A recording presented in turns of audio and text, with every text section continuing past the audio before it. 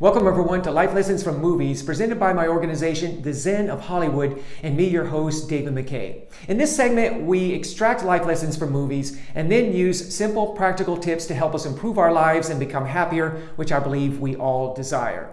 Okay, today's theme is Take the High Road, and we'll examine this all-important theme through the good film Crazy Rich Asians, starring Constance Wu and Henry Golding. Please know there are spoilers ahead. At the heart of this film lies this couple, Nick and Rachel, who are from New York City, and they're of Chinese descent.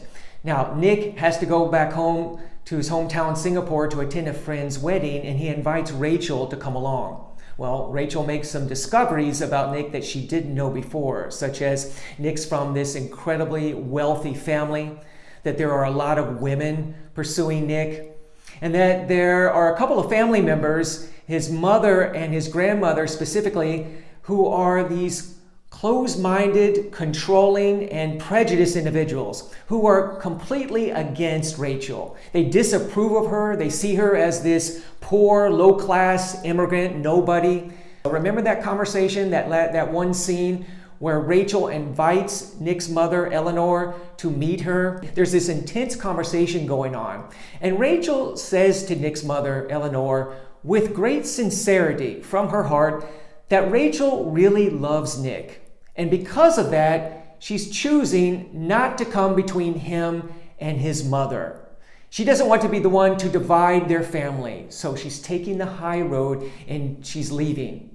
So Rachel goes with the flow of life. She doesn't resist. She doesn't bring resistance against Eleanor's own resistance and anger. She goes with the flow of life, releases Nick, and what happens? Life ends up bringing Nick back to Rachel, right? He finds her, proposes to her, and they become engaged. So my tip is obviously to take the high road, right? Now, what is the high road? Well, it's the road less traveled, as opposed to the road most traveled, which is what most people do. That is, they align with the ego. Now, what do I mean by that? Well, what most people would do in this situation is probably to lash out at Eleanor in a very angry way, right? Tell her off. We're trying to win. We're trying to get some retaliation. And in the end, of course, that never works, right? It never leads to anything good, because even if we win in this situation, it's a hollow victory. Right? We don't really gain anything. This is the typical win-lose situation that society is seeking, and even what is promoted in so many Hollywood films. So if we're going to take the high road, we need to be able to deal with our own inner anger and fear, perhaps even shame and guilt, whatever negative emotions that we might be holding on to from our past. Because if we don't deal with those and our unresolved issues from our past, we're going to be triggered in the present. Right? Somebody else is going to come with their anger. We're going to be triggered. That is our own anger. And we're just going to go back and forth. So obviously taking the high road means to address our own issues. When we take the high road, life always brings us what we need, right? When we surrender to the moment. And this is exactly the kind of dynamic that was behind Gandhi's movement of non-resistance, non-violence. Now, again, that's not easy to do. And I don't mean to suggest by this that we just allow people to do whatever they want with us, right? To run all over us or to infringe upon our own happiness with their unhappiness. That's not what I'm saying. We need to be able to draw healthy boundaries and hold people accountable for their inappropriate behaviors. But again, by taking the high road, we learn exactly when to really stand up for ourselves, right? Which is what Rachel does, by the way. She does stand up for herself in that conversation, that she has high self-worth, contrary to what Eleanor had told her.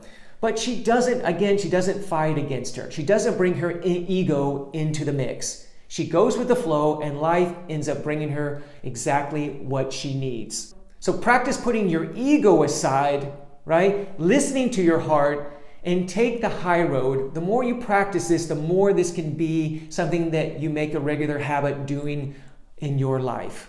Okay, so what do you think of this good movie and this life lesson? Please feel free to leave comments below. And for more tips, movies, and life lessons, please go to my website, thezenofhollywood.com. That's thezenofhollywood.com. And please like this video and subscribe to my channel. Thanks for watching. See you next time.